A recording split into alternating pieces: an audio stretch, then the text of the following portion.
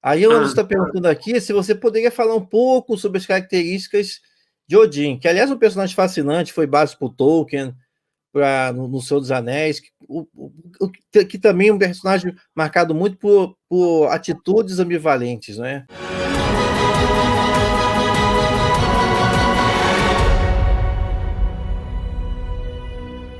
O Odin é um personagem muito complexo, né? A odinologia é um campo muito fascinante e complexo da mitologia nórdica, né? Porque nós temos várias versões e fontes que vão tratar o Odin de maneiras muito diferentes, né?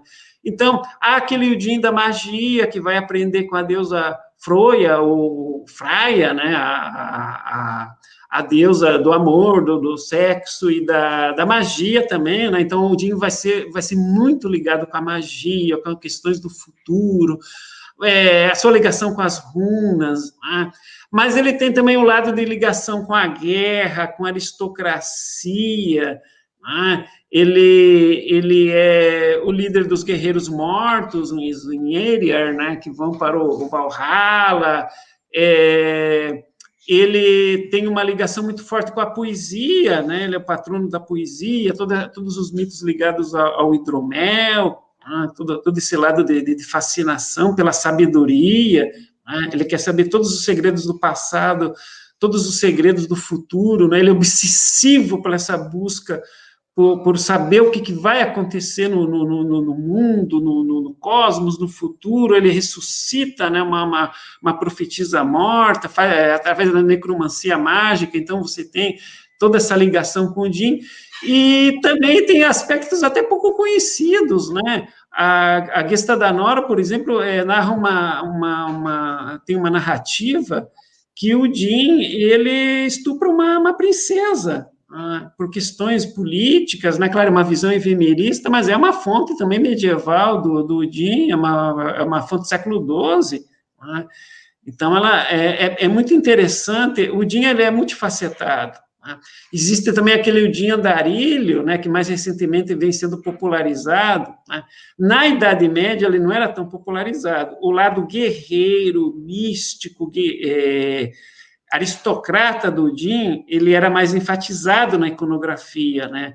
Ele com elmo, faltando um olho, né? Com a sua lança, Gungnir.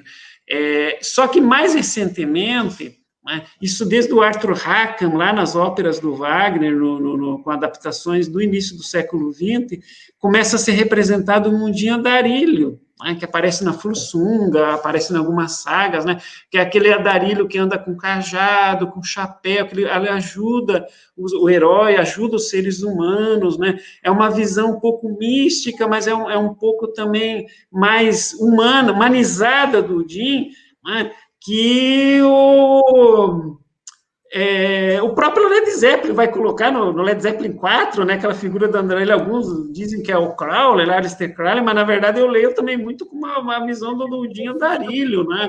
Tem a própria série Vikings vai retomar essa iconografia, então esse é um aspecto interessante que está sendo muito popularizado, o Odin Andarilho, que na verdade é uma fonte para o Gandalf do Tolkien também, né? Totalmente, né?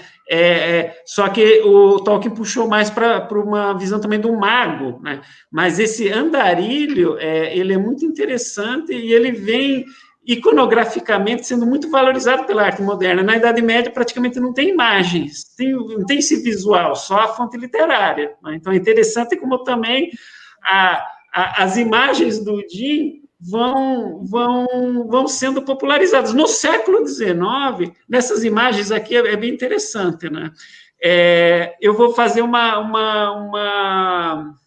pergunta para vocês. Essa segunda imagem, quem vocês acham que é o Odin e quem vocês acham que é o Thor? Tem uma figura feminina e tem duas figuras masculinas. A do meio é que Deus, e a que está do lado direito é que Deus.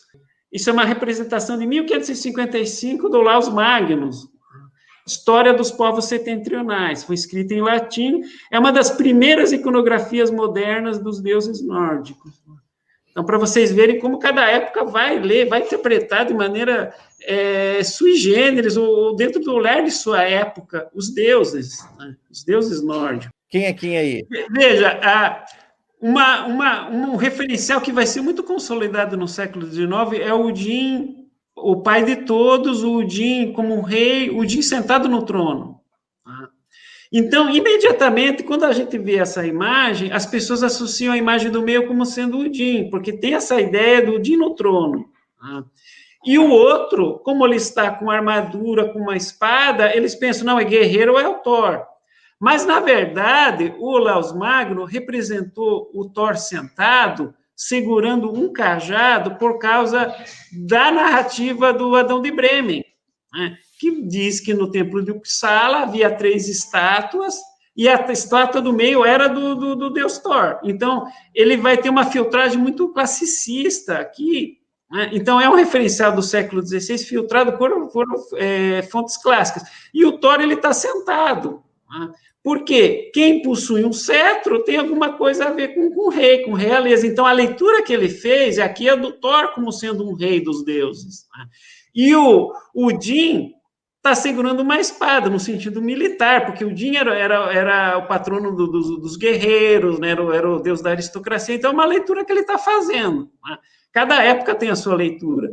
Já é interessante que já ao lado, essa escultura sueca do século XIX, do século XIX, está destacando o Odin guerreiro, com a sua lança, né, colocando um escudo, inclusive não aparece nas fontes que o Odin porta um escudo, mas então ele já está dando uma interpretação artística, já é um referencial que já é um pouco mais próximo do Odin que nós enxergamos na arte moderna.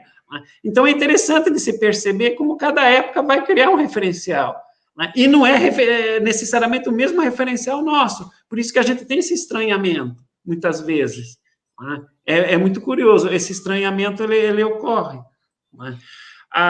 Por exemplo, só uma questão bem rápida de ressignificação, a Wikipédia em português, ela coloca Sif, a esposa do deus Thor, como uma deusa guerreira, né? Dentro desse imaginário de revalorização da mulher guerreira que vem desde o século XIX. A Lagertha vai ser o personagem praticamente mais popular da série Vikings, né? Então vai se misturar, né? Mas Sif, na verdade, ela não tem nada de guerreira, né? Então, nós percebemos como que a mídia ela acaba misturando esses referenciais e criando referenciais modernos sobre o passado, revalorizando, selecionando, conservando, acrescentando, coisas que não existiam nos mitos medievais, né? Então, isso é muito interessante. Demais, demais. Confira outros vídeos como esse na playlist abaixo. E se você gostou desse vídeo, deixe sua curtida e indique o canal Fantástico Cursos para outras pessoas fantásticas como você. Muito obrigado pela sua presença, te vejo na próxima.